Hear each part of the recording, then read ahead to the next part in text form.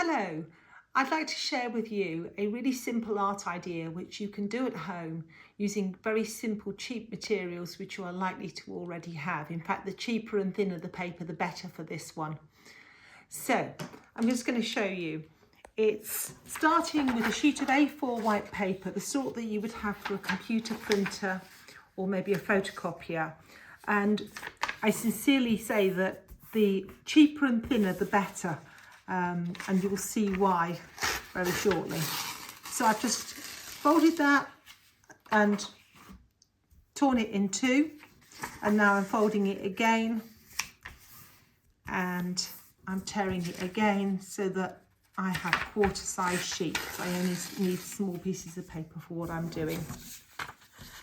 So with that small sheet of paper, I'm going to fold that in half and crease it quite firmly. Fold it again, crease it quite firmly, and then fold it again so that I now have a little triangle which is 1/8 of the original size, and I'm just cutting off the excess paper there, like that, put that to one side. Now what I'm actually going to do is I'm going to make a paper snowflake, and I'm then going to use this in an art design. So I'm just going to quickly cut out some pieces of paper while I'm talking, and just note here that I am leaving the fold lines in between so that it doesn't collapse. Just cut off that little bit there, and again cut out some shapes here like this, and then along here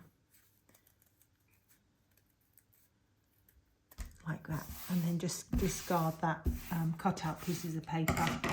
And then with this strange shape that you have made comes the moment of revelation, when you open it and you see what sort of snowflake you have made. And there we are, look, that's that particular one. But I have some which I made earlier, and I'm just going to bring these across for you to see. So there's one there. There's quite a large one here, another sort of one here, and then also some really small ones which I made like this, okay, and some more to open up just to show. Now you might wonder where this is going, but hang on a minute. All right, this is just the stencil which you're going to use, because I'm trying to provide a drawing activity where you don't actually have to be able to draw in the traditional sense. So I have a sheet of paper here, and I'm going to I'm going to put one of these on and make a design from it. I think I'm going to use that really little one first of all, like that. And I'm just going to take a soft pencil here. Now, it needs to be the soft kind of pencil that might be a bit smudgeable, something like that. Not a really kind of a hard pencil, which doesn't easily yield colour. So if you don't have any pencils that are like that, then maybe something like wax crayons would work. It's just thinking about it in terms of softness so that it doesn't drag and tear the paper, and so that it's not hard work for you, because it's just easier if you can just quickly apply colour like that. Now I'm holding on to this, but you could use a little piece of tape if you wanted to tape it down. I would suggest something like low-tack masking tape, the sort that painters and decorators use. So if you've recently been doing any painting or decorating in your home, you might have a little bit of that hanging about. It's the sort of thing that can be very cheaply bought from a store. So I missed out a few here. Just going to quickly just put those back in. Okay, like that. Put those ones in my haste.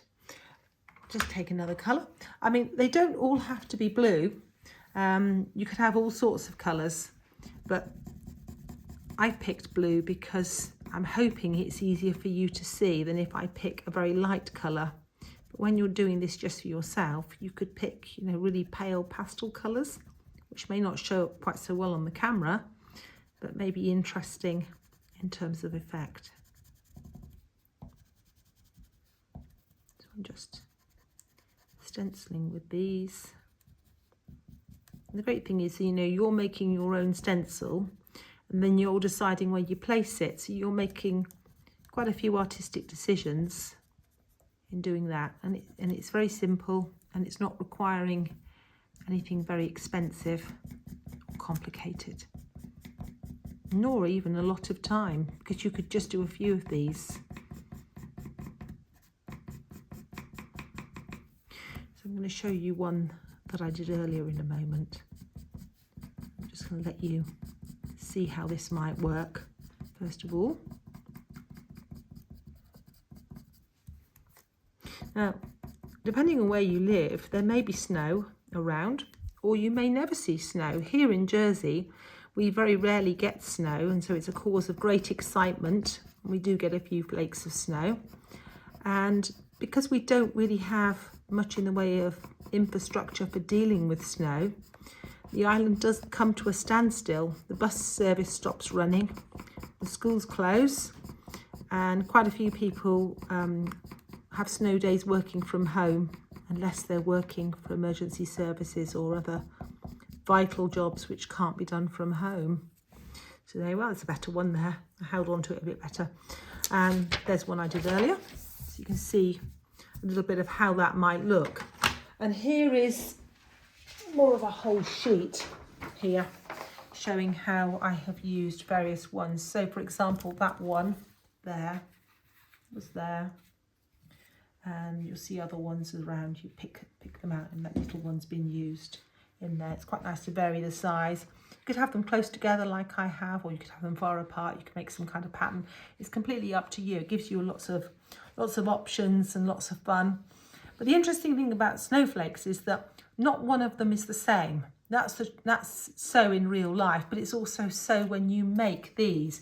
It's very, very difficult to make them exactly the same again. I'd find it very difficult to reconstruct that one, for example. And so they kind of celebrate uniqueness. Everyone different, everyone unique, everyone special, a bit like in life. Which leads me to talking a little bit about art and about social media. Now, I've been thinking just recently about this. There's a lot of pressure on artists to constantly post what they're doing on social media. You know, there are two main platforms at the moment which are picture orientated rather than video orientated. And artists feel a lot of pressure to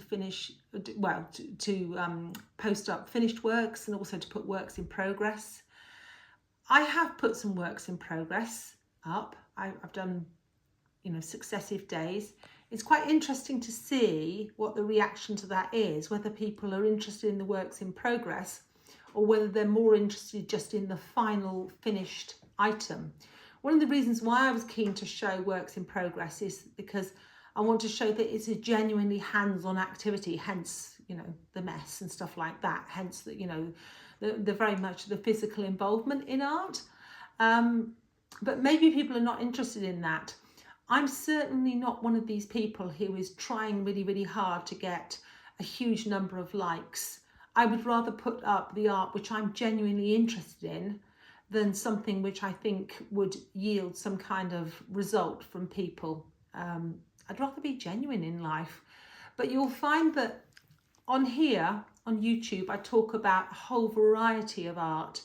Also on my other social media platforms, I show a lot of variety in art. And that's just me as a person. I'm interested in a lot of different things. So this is the Art, Culture, Entertainment channel. And you will find really simple ideas like this, which are really so that anybody could join in. Anybody could feel part of this and could say, I'll have a go at home. But I will also do demonstrations involving more specialist materials, which may be something that you just want to watch rather than actually join in with. And you've probably seen some of the art history videos as well. Some of those are very entry level, and other ones are much more requiring a little bit of background knowledge, but not a lot. This is very much a beginning channel, so I want to take people with me. It's no good me charging in with things which use a lot of specialist language, use a lot of specialist techniques. I want to get people so they're happy to be picking up scissors and folding paper and doing things and getting rid of this anxiety about perhaps not being able to draw, because a lot of people do have that kind of concern. I will show you at some point drawing in the more conventional sense, but at the moment I would like to include people who would be terrified to actually draw something, but might be quite happy to cut out a stencil and make an image using their own stencils and their own creation, because after all, you're doing things with composition here. You're choosing what you put where, you're making lots of artistic decisions, and hopefully you're feeling really relaxed and you're enjoying it, because I think that's quite an important thing. That's the way people learn things, and that's the way people find out more about things and get engaged. Anyway, I hope this has been enjoyable. It's just a bit of fun for me. There's nothing more to it than that. But if you would like to subscribe, then click on that part of the channel. If you would like to hit the bell for notifications, then that is useful, because I'm not promising to put up videos every day or anything like that. I'm quite busy with art, and so it's sometimes there'll be a few in quite quick succession, and then there may well be a few days where none at all, and it's because I'm busy doing other things. If you want to leave a comment, please do. I do read them. You'll see that I do respond to some of them. I try to be as encouraging back as you are encouraging towards me. So thank you very much for those. See you again.